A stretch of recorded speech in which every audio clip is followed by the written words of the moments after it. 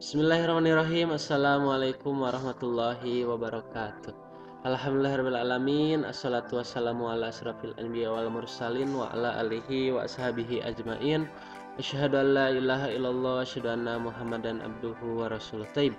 Anak-anakku sekalian, apa kabarnya hari ini? Alhamdulillah, luar biasa, bersama Cordoba kita bisa. Pada kesempatan kali ini, insya Allah kita bertemu kembali dalam salah satu mata pelajaran favorit kita, yaitu pendidikan agama Islam dan budi pekerti. Pada kesempatan kali ini, materinya insya Allah tentang mengimani keberadaan Allah, membuktikan iman kepada Allah, bukti-bukti keberadaan Allah, dan mengimani Rasulullah. Kita langsung saja ya.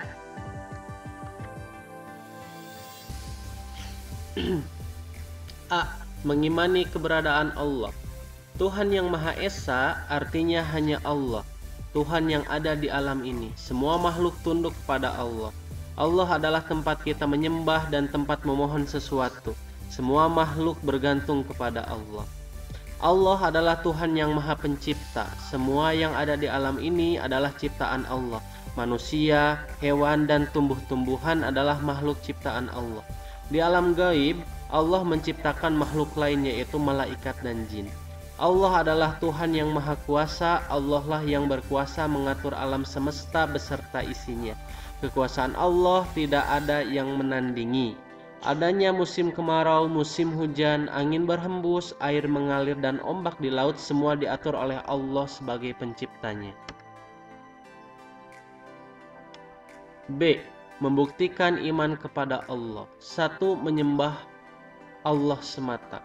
Allah adalah satu-satunya Tuhan yang wajib disembah. Kita tidak boleh menyembah selain Allah. Itu namanya syirik, dan orangnya disebut musyrik. Perbuatan syirik termasuk dosa besar yang tidak diampuni oleh Allah. Semua ibadah kita harus ditujukan kepada Allah. Ketika melaksanakan sholat, puasa, zakat, dan membaca Al-Quran, kita harus berniat karena Allah. Melaksanakan ibadah harus dengan ikhlas, tidak boleh dengan niat ria atau pamer. Jika beribadah bukan karena Allah, kita akan celaka. Orang yang beribadah karena Allah berarti meyakini bahwa Allah itu ada. Mereka akan selalu dilindungi dan diselamatkan Allah. Oleh karena itu, rajinlah beribadah kepada Allah sebagai bukti bahwa kita beriman kepada Allah. Yang kedua, berdoa kepada Allah semata. Semua makhluk bergantung kepada Allah. Kita berdoa hanya kepada Allah. Jika menginginkan sesuatu, kita harus memohon kepada Allah. Umat Islam dilarang berdoa kepada selain Allah. Misalnya berdoa kepada pohon besar, gunung, matahari, arwah nenek moyang, dan sebagainya. Perbuatan semacam itu dilarang di dalam agama Islam dan termasuk perbuatan syirik. Allah adalah satu-satunya Tuhan yang dapat mengabulkan doa makhluknya. Allah lah yang memberikan kenikmatan kepada manusia seperti kekayaan, kesehatan, kepandaian, dan sebagainya. Semua itu berasal dari Allah dan bukan dari makhluk. Oleh karena itu, kita harus rajin berdoa kepada Allah agar cita-cita kita terkabul. Selanjutnya, yang ketiga, menjaga kelestarian lingkungan. Selain menciptakan manusia, Allah juga menciptakan makhluk lain dan alam semesta. Alam semesta ini diciptakan Allah untuk dipelihara oleh manusia. Manusia dapat memanfaatkan alam semesta berserta isinya untuk diambil manfaatnya. Misalnya, hewan dapat dimanfaatkan untuk konsumsi daging dan membantu pekerjaan manusia. Tumbuhan dapat dimanfaatkan untuk membuat rumah sebagai sayuran atau kebutuhan lainnya. Manusia dilarang merusak lingkungan seperti menebang hutan sembarangan, membuang sampah di sungai, melakukan pencemaran, dan sebagainya. Jika manusia merusak alam, maka akan terjadi bencana alam. Allah menciptakan alam ini dengan teratur. Jika kita merusak lingkungan, berarti kita merusak keteraturan itu. Orang yang beriman kepada Allah tidak akan merusak lingkungan yang diciptakan Allah secara teratur. Bukti-bukti keberadaan Allah. 1. Adanya makhluk hidup. Makhluk hidup dibagi menjadi dua, yaitu makhluk yang hidup di alam nyata dan makhluk hidup yang di alam gaib. Makhluk yang hidup di alam nyata adalah manusia, hewan, dan tumbuh-tumbuhan. Makhluk yang hidup di alam gaib adalah malaikat dan jin. Makhluk artinya yang diciptakan. Adanya makhluk berarti adanya yang menciptakan. Manusia, hewan, tumbuh-tumbuhan tidak ada dengan sendirinya, tetapi diciptakan penciptanya, yaitu Allah. Oleh sebab itu, adanya makhluk hidup menunjukkan adanya Allah. Itu namanya hukum sebab akibat.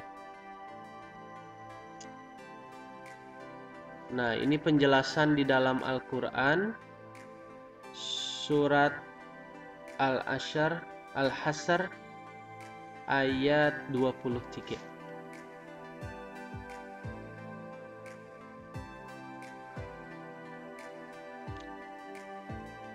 Selanjutnya, keteraturan di alam semesta. Alam semesta dengan seluruh isinya termasuk matahari, bumi, bulan, dan bintang-bintang bergerak dengan sangat teratur. Keteraturan ini mustahil berjalan dengan sendirinya tanpa ada yang mengatur. Siapakah yang mampu mengatur alam semesta ini selain Allah? Lihatlah matahari. Setiap pagi matahari terbit dan tenggelam sore hari. Siapakah yang mampu menjalankan matahari setiap harinya? Demikian dengan bulan, setiap malam ia muncul dan hilang di pagi hari. Adakah makhluk yang mampu mengaturnya? Pasti tidak ada, kan? Yang mampu mengatur matahari dan bulan adalah penciptanya, yaitu Allah Subhanahu wa Ta'ala. Tidak mungkin matahari dan bulan berjalan dengan sendirinya. Allah yang mengaturnya. Itu semua bukti Allah itu ada. Mengimani Rasul Allah.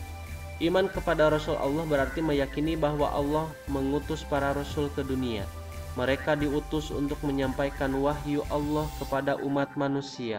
Wahyu tersebut berisi ajaran-ajaran yang menjadi pedoman hidup manusia. Siapa yang mengikuti ajaran para Rasul, hidupnya akan bahagia.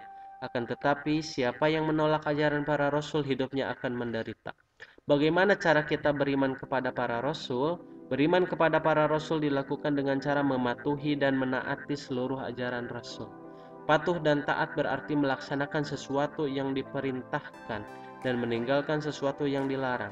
Ajaran yang berupa perintah seperti sholat, puasa, zakat, haji, membaca Al-Quran, bersedekah, dan berbuat baik kepada orang tua.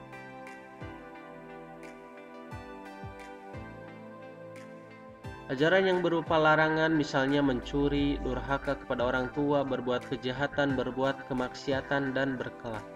Mengapa kita harus beriman kepada Rasul Allah? Para Rasul adalah manusia pilihan Allah. Mereka adalah orang-orang hebat karena kecerdasan akalnya, kesalehan pribadinya, dan kemuliaan akhlaknya. Para Rasul adalah teladan mulia bagi umat manusia.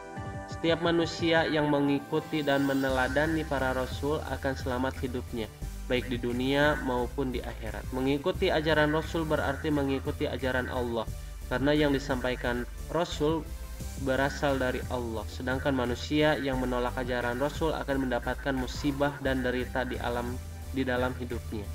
Di akhirat kelak ia akan mendapatkan siksa di neraka. Telah banyak bukti akibat durhaka kepada para Rasul, seperti umat Nabi Nuh alaihi salam mendapatkan bencana banjir bandang karena menolak ajarannya. Alhamdulillahirrahmanirrahim. Itu materinya untuk pertemuan kali ini. Terima kasih, semoga ilmunya bermanfaat.